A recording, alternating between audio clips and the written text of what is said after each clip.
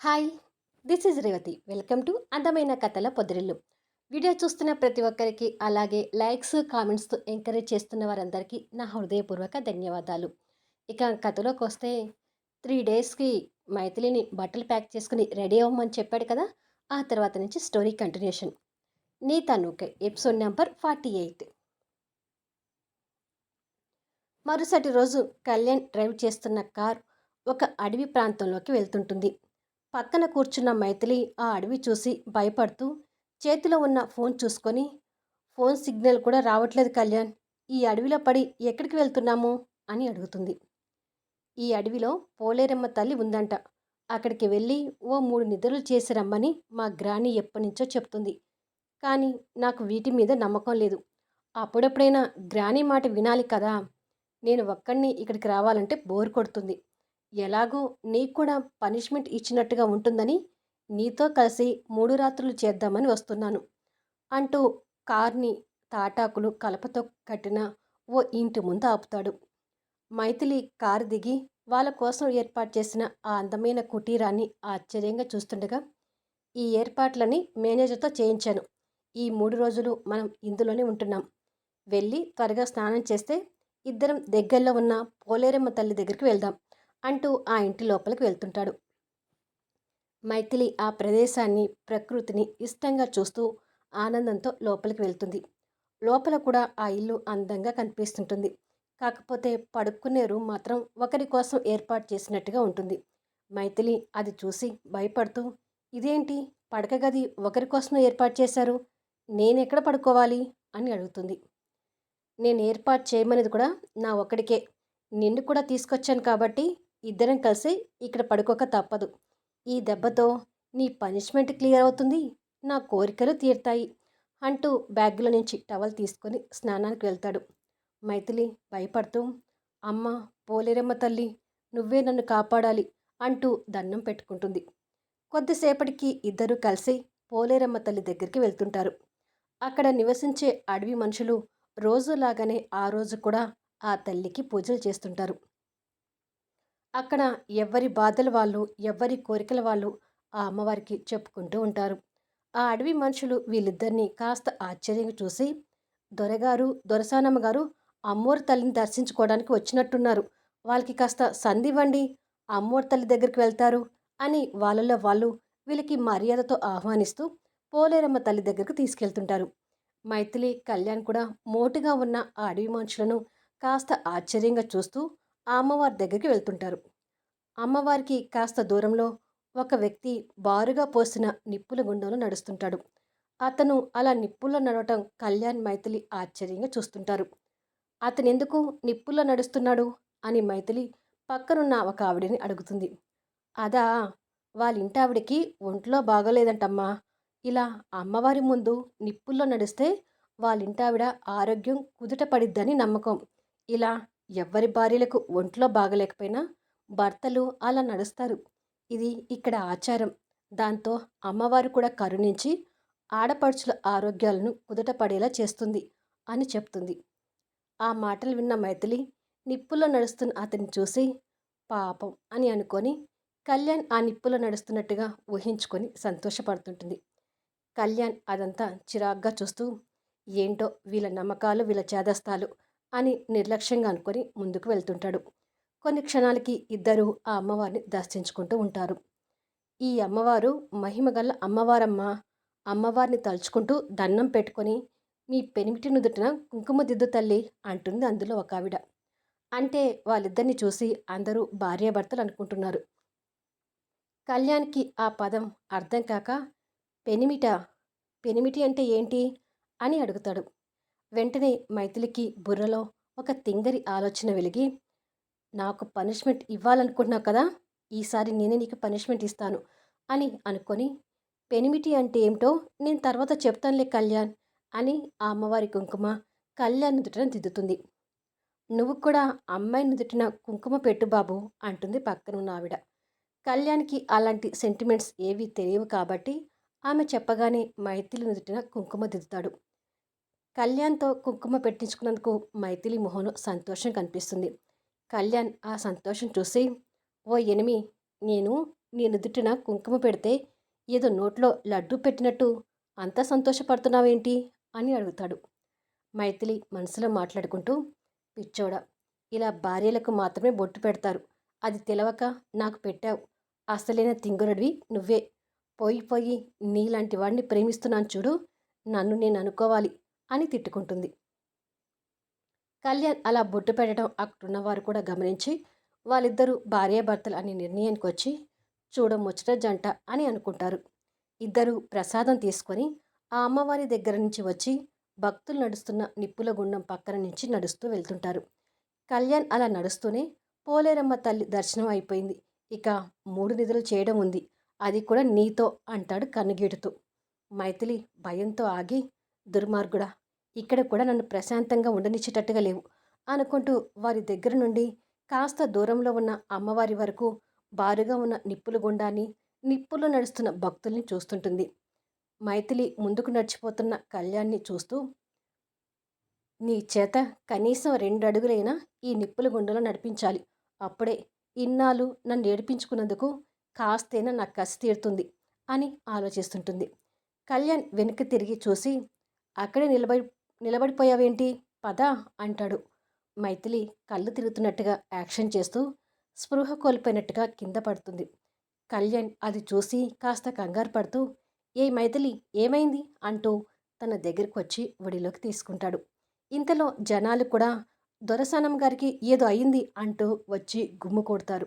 మైథిలి, మైథిలి అని కళ్యాణ్ పిలుస్తుండగానే, ఉండండి దొరగారు, నీళ్లు చల్లుతాను అంటూ మైథిలి మొహాన నీళ్లు చల్లుతారు. మైథిలి చేసేది యాక్షన్ కాబట్టి తొందరగానే కళ్ళు తెరిచి అందరి ముందు ఏదో నీరసంగా ఉన్నట్టుగా నటిస్తుంటుంది. మన స్వీట్ మెంటలోడు అమాయకుడు ఏమీ కాదుగా. అప్పటికే తన యాక్షన్ పసిగట్టి, ఏంటి నటన అని అడుగుతాడు తనకు మాత్రమే వినిపించేటట్టుగా. నాది నటన అని నువ్వు కనిపెడతావని నాకు తెలుసు.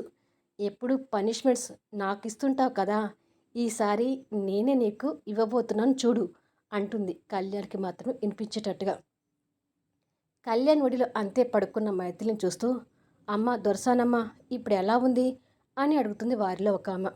మైథిలి నీరసంగా ఉన్నట్టుగా నటిస్తూ, ఏమీ బాగలేదమ్మా, ఉదయం నుంచి ఒంట్లో అస్సలు బాగుండటం లేదు. ఆరోగ్యం బాగలేక అమ్మవారి ముందే నా ప్రాణం పోయేటట్టుగా ఉంది అని అంటుంది. అయ్యో అలా అనకమ్మా, నీ పెనిమిటి నిప్పుల గుండంలో నడిస్తే అమ్మవారు కరుణించి నీ సుస్థి తగ్గిస్తుంది అంటుంది ఆవిడ.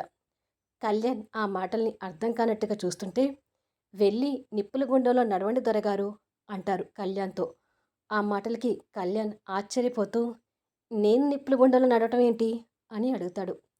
ఈ దొరసానమ్మ గారి పెనిమిటి మీరే అయినప్పుడు మీరే కదా నిప్పుల గుండంలో నడిచేది అంటారు వాళ్ళు. మైథిలి చెయ్యి అడ్డు పెట్టుకొని నవ్వుకొని, పెనిమిటి అంటే ఏమిటో అడిగా కదా, ఇప్పుడు చెప్తున్నాను విను. పెనిమిటి అంటే నువ్వు నా మొగుడివని అర్థం అంటుంది కళ్యాణ్కి మాత్రమే వినిపించేటట్టుగా. కళ్యాణ్ కోపం తెచ్చుకుంటూ, నేను నీ మొగుడినేంటి అని అనబోతుండగా మైథిలి మాటను మధ్యలో అందుకుంటూ, నువ్వు నా మొగుడివి కాదంటే ఇక్కడ నమ్మేవారు ఎవ్వరూ లేరు. ఎందుకంటే అమ్మవారి ముందు ఒకరికొకరం నుదుటిన బొట్టు పెట్టుకున్నాం కదా, అలా భార్యాభర్తలు మాత్రమే బొట్టు పెట్టుకుంటారు. సో దీనిని బట్టి మనం భార్యాభర్తలమని గట్టిగా నమ్ముతున్నారు. చచ్చినట్టు నా కోసం నువ్వు ఆ నిప్పుల గుండంలో నడవాల్సిందే అంటుంది నవ్వుతూ.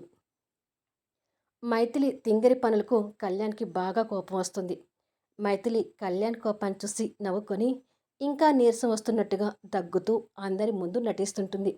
అయ్యో, దొరసానమ్మ గారి పరిస్థితి విషమించకుండానే మీ ఒడిలో ఉన్న దొరసానమ్మ గారిని కింద పడుకోబెట్టి లేచి నిప్పుల గుండంలో నడవండి బాబు అంటారు వాళ్ళు. ఇలా అందరూ కళ్యాణ్ నడవాలని మాట్లాడుతుంటారు. కళ్యాణ్ పరిస్థితికి మైథిలికి నవ్వు వస్తుంటుంది. కళ్యాణ్ తన నవ్వు చూసి ఇంకా మండిపోతూ ఒక్కసారిగా 2 చేతులతో తనని ఎత్తుకుంటాడు. ఊహించని ఆ పరిణామానికి మైథిలి ఆశ్చర్యపోతూ, ఇదేంటి నన్ను ఇలా ఎత్తుకున్నాడు, కొంపతీసి నన్ను నిప్పుల గుండంలో అమాంతం పడేస్తాడా ఏంటి అని అనుకొని భయపడుతుంటుంది. మిగతా వారు కూడా ఆశ్చర్యంగా చూస్తుంటారు. కళ్యాణ్ కోపంగా మైథిలిని అలాగే పట్టుకొని నిప్పుల గుండం దగ్గరికి వెళ్తుంటాడు. మైథిలి ఇంకా భయపడుతూ, డౌట్ లేదు, నన్ను నిప్పుల గుండంలో పడేయటానికి తీసుకెళ్తున్నాడు అని అనుకొని కళ్యాణ్ షర్ట్ని గట్టిగా పట్టుకుంటూ, ప్లీజ్ కళ్యాణ్, నన్ను నిప్పుల గుండంలో పడేయొద్దు. ఇంకెప్పుడు ఇలాంటి తింగర్ చేష్టలు చేయను. నన్ను వదిలేవా ప్లీజ్ అని రిక్వెస్ట్ చేస్తుంటుంది. కానీ కళ్యాణ్ అంతే కోపంగా నిప్పుల గుండం దగ్గరికి వెళ్తుంటాడు. అలా దగ్గరికి పోయే కొద్దీ మైథిలికి భయం పెరుగుతూ కళ్యాణ్ని ఇంకా గట్టిగా పట్టుకుంటూ, ప్లీజ్ కళ్యాణ్, నాకిప్పుడు నిజంగానే బుద్ధొచ్చింది. నన్ను వదిలే ప్లీజ్ అని రిక్వెస్ట్ చేస్తుంటుంది. కళ్యాణ్ ఆ నిప్పుల గుండం దగ్గరికి చేరుకొని దూరంగా ఉన్న అమ్మవారిని చూస్తుంటాడు. మైథిలికి కూడా కాస్త తల తిప్పి దాదాపు 50 అడుగుల పొడవు ఉన్న నిప్పుల గుండాన్ని చూస్తూ విపరీతమైన భయంతో కళ్యాణ్ షర్ట్ని గట్టిగా పట్టి హత్తుకొని పోయి, నన్ను నిప్పుల గుండంలో పడేయవద్దు కళ్యాణ్ ప్లీజ్ అని కళ్ళు గట్టిగా మూసుకుంటుంది. అక్కడ జనాలు కూడా కళ్యాణ్ ఏం చేయబోతున్నాడా అని చూస్తుంటారు. మైథిలి అంతే భయంతో కళ్ళు మూసుకొని కళ్యాణ్ని గట్టిగా పట్టుకుంటుంది. కళ్యాణ్ ఆ అమ్మవారిని చూసి భయపడుతున్న మైథిలిని అలాగే పట్టుకొని నిప్పుల గుండంలో నడవడం మొదలు పెడతాడు.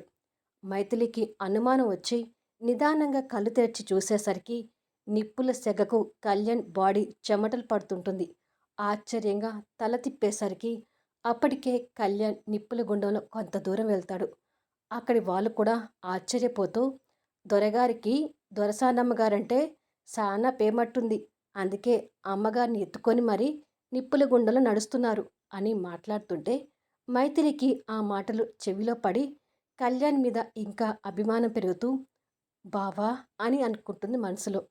అప్పటి వరకు కళ్యాణ్ షర్ట్ని గట్టిగా పట్టుకున్న మైథిలి నిదానంగా వదిలి సపోర్ట్గా కళ్యాణ్ మెడ మీద చేతులు వేసి పట్టుకుంటుంది. కళ్యాణ్ ఆ నిప్పుల వేడికి కాళ్ళు బగ్గుమంటున్నా, నిప్పుల సెగకు చెమటలు కక్కుతున్నా ఆ గుండంలో నడుస్తుంటాడు. కళ్యాణ్ బాధను చూస్తున్న మైథిలి కన్నీళ్లు పెట్టుకుంటూ ప్రేమాభిమానాలతో తదేకంగా చూస్తూ, వద్దు బావా, నువ్వు నిప్పుల్లో నడవద్దు, పక్కకు వెళ్ళు బావా అంటుంది.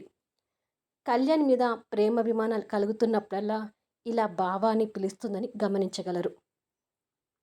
కానీ కోపంలో ఉన్న కళ్యాణ్ తన మాటలు పట్టించుకోకుండా మొండితనంతో ఆ గుండంలో నడుస్తుంటాడు. మైథిలి కన్నీళ్లు పెట్టుకుంటూ వద్దని చెప్తున్నా వినకుండా మొండితనంతో కొద్దిసేపటికి అగ్నిగుండంలో నడవటం పూర్తి చేసి అమ్మవారి ముందుకు వచ్చి నిదానంగా మైథిలిని కిందికి దింపుతాడు. మైథిలి కన్నీళ్లు పెట్టుకుంటూ ప్రేమగా కళ్యాణ్ వైపు చూస్తుండగానే కళ్యాణ్ స్పృహ తప్పి పడిపోతాడు. మైథిలి అది చూసి భయపడుతూ బావా బావా అంటూ కళ్యాణ్ని ఒడిలో తీసుకొని, ఏమైంది బావా అంటుంది కన్నీళ్ళు పెట్టుకుంటూ. వాళ్ళు కళ్యాణ్ని కాస్త పరీక్షించి, భయపడకమ్మా, దొరగారికి ఏమీ కాదు, కాసేపట్లో కళ్ళు తెరుస్తారు, ఒరేయ్ దొరగారిని పట్టుకొని వారి ఇంట్లోకి తీసుకెళ్ళండి అంటారు. కొద్దిసేపటికి తాటాకులు కలపతో కట్టిన ఇంట్లో చిన్న బెడ్ మీద కళ్యాణ్ అలాగే స్పృహలో లేకుండా పడుకుంటాడు. మరో పక్క కళ్యాణ్ కాలు కూడా విపరీతంగా బొబ్బలు వచ్చి మూసిన కన్ను తెరవకుండా పడుకొని కనిపిస్తుంటాడు. వాళ్ళతో వాళ్ళతో పాటు వచ్చిన లచ్చువమ్మ అనే ఆవిడ మైథిలికి ఒక పసరి గిన్నె ఇచ్చి, ఇది దొరగారి కాళ్ళకు పూస్తే ఆ బొబ్బలు తగ్గుతాయమ్మా, అలాగే ఇంకేదైనా ఇబ్బందిగా ఉంటే నన్ను పిలువమ్మా అని చెప్తుంది అని చెప్పి వెళ్తుంది. మైథిలి కన్నీళ్ళు పెట్టుకుంటూ స్పృహలో లేని కళ్యాణ్ తల నిమురుతూ, ఏదో నిన్ను ఆట పట్టించడానికి చేశాను కానీ నిన్నిలా బాధ పెట్టాలని కాదు బావా అని ఆ పసర్ని తీసుకొని కళ్యాణ్ కాళ్ళ దగ్గరకు వచ్చి ఆ పసర్ని అరికాలకు రాస్తుంటుంది. ఇంతలో లచ్చువమ్మ కొన్ని రొట్టెలు తీసుకొని వచ్చి, ఇవి తినండమ్మా, దొరగారు కూడా లేచాక ఈ రొట్టెలు పెట్టండి అని అంటుంది. మీకెందుకమ్మా శ్రమ, మా దగ్గర వంట సామాగ్రి ఏర్పాట్లు కూడా ఉన్నాయి, నేను వంట చేసేదాన్ని కదా అంటుంది మైథిలి. దొరగారు కోలుకునే వరకు వంట జోలికి వెళ్లకుండా దొరగారిని దగ్గరుండి చూసుకోండి, కాసేపట్లో దొరగారు లేవచ్చు, ఆ పాటికి మీరు తినేసి ఉండండి అని ఆమె మైథిలిని బలవంతం చేసేసరికి ఏదో కాస్త తింటుంది. మైథిలి తినగానే ఏదైనా కావాలంటే అడగండి అని చెప్పి వెళ్తుంది. కళ్యాణ్ కాలు చూస్తే ఇంకా బొబ్బలు తగ్గకపోయేసరికి మళ్ళీ కాస్త పసర రాస్తుంటుంది. కొద్దిసేపటికి కళ్యాణ్ కోలుకోకుండా జ్వరంతో బాధపడుతుంటాడు. మైథిలి కళ్యాణ్ నుదురు పట్టుకొని చూసి, అయ్యో ఇలా ఒళ్ళు కాలిపోతుందేంటి, కాసేపట్లో కోలుకుంటారని చెప్పారు కదా అని అనుకొని తడిగుడ్డతో ఒళ్ళు తుడుస్తూ, నిన్నిలా చూడలేకపోతున్నాను బావా. త్వరగా లేచి ఎనిమి అంటూ నాతో మాట్లాడు బావా అంటూ కళ్యాణ్ నుదుటిన ప్రేమగా ముద్దు పెట్టి ఏడుస్తుంటుంది. ఇలా కొన్ని గంటలకి చీకటి పడుతుంది. లాంతర్లు వెలిగించి పెడుతుంది. గంటలు గడిచే కొద్దీ కళ్యాణ్ బొబ్బలు తగ్గకపోగా జ్వరం కూడా విపరీతంగా పెరుగుతుంటుంది. మైథిలి అది చూసి ఇంకా భయపడుతూ ఫోన్ తీసుకొని, అయ్యో, ఇక్కడ ఫోన్ సిగ్నల్స్ కూడా ఉండవని కళ్యాణ్ అమ్మతో చెప్పేటప్పుడు విన్నాను అని ఏడుస్తుంటుంది.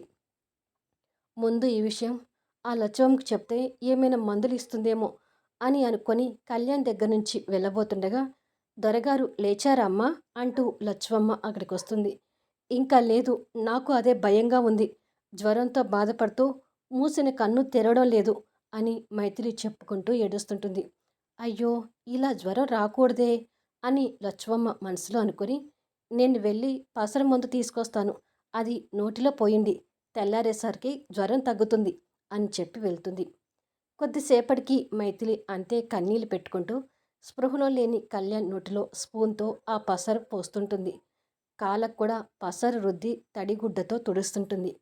కళ్యాణ్ని ఆ పరిస్థితిలో చూసి కన్నీళ్ళు పెట్టుకుంటూనే ఆ నైట్ అంతా సేవలు చేస్తుంటుంది. మధ్యలో కళ్యాణ్ ఎన్ని దుప్పట్లు కప్పినా చలికి ఇబ్బంది పడుతుంటాడు. కళ్యాణ్ బాధని చూసి తట్టుకోలేక తను కూడా ఆ దుప్పట్లో దూరి కళ్యాణ్కి చలి పుట్టకూడదని హత్తుకొని పడుకుంటుంది. ఇలా కాస్త కళ్యాణ్ హత్తుకొని మగతగా నిద్రపోయేసరికి తెల్లవారుతుంది. సడన్గా మేలుకొని కళ్యాణ్ని చూసేసరికి కళ్యాణ్ ఇంకా జ్వరంతోనే బాధపడుతుంటాడు. అది చూసి మైథిలి ఇంకా కంగారు పడుతూ, ఏంటిది, ఇంకా జ్వరం తగ్గలేదు, అసలు బావకి ఏమవుతుంది అని ఏడుస్తూ కళ్యాణ్ ఎదుటిన ప్రేమగా ముద్దు పెట్టి, నీకేమైనా అయితే నేను తట్టుకోలేను బావా అని ఏడుస్తూ బెడ్ దిగగానే లచ్చవమ్మ వచ్చి, దొరగారు కోలుకున్నారమ్మా అని అడుగుతుంది. మైథిలి ఏడుస్తూ, ఇంకా లేదు, అసలు బావకి ఏమవుతుందో అర్థం కావట్లేదు అని కంటతడి పెట్టుకుంటుంది. ఇదేంటమ్మా, ఇంతగా జ్వరం రాకూడదే అంటూ కళ్యాణ్ మొహం వైపు చూస్తుంది. కళ్యాణ్ మొహం మీద అమ్మవారు పోసినట్టుగా మచ్చలు కనిపిస్తుంటాయి. లచ్చవమ్మ అది చూసి భయపడుతూ, అయ్యో, ఇదేంటి, పోలేరమ్మ తల్లి దొరగారిని మింగేయాలని చూస్తుంది అని అంటుంది. మైథిలికి ఆ మాటలు బాగా అర్థం కాక, మింగేయటం ఏంటి అని అడుగుతుంది. లచ్చవమ్మ బాధపడుతూ, మీరు చేసిన పూజలో ఏదో లోపం ఉందమ్మా. ఇలా లోపం జరిగినప్పుడు అమ్మవారికి కోపం వచ్చి నిప్పుల గుండంలో నడిచిన వారిని పైకి తీసుకెళ్తుంది. అంటే దొరగారు చచ్చిపోయే పరిస్థితిలో ఉన్నారు అంటుంది. ఆ మాటలకు ఒక్కసారిగా మైథిలి భయపడుతూ, నో, మా బావకి ఏమీ కాకూడదు, బావకి ఏదైనా నేను తట్టుకోలేను అని కళ్యాణ్ని కాస్త లేపి హృదయానికి హత్తుకొని బోరున ఏడుస్తుంటుంది. మైథిలి బాధను చూసి లచ్చవమ్మ కూడా కన్నీళ్ళు పెట్టుకుంటూ, ఏడవకండమ్మా, ఏదైనా చిన్న లోపం అయితే సాముల వారిని అడిగి పరిహారం చెల్లిస్తే పోలేరమ్మ తల్లి శాంతిచ్చి దొరగారిని వదిలిపెట్టవచ్చు.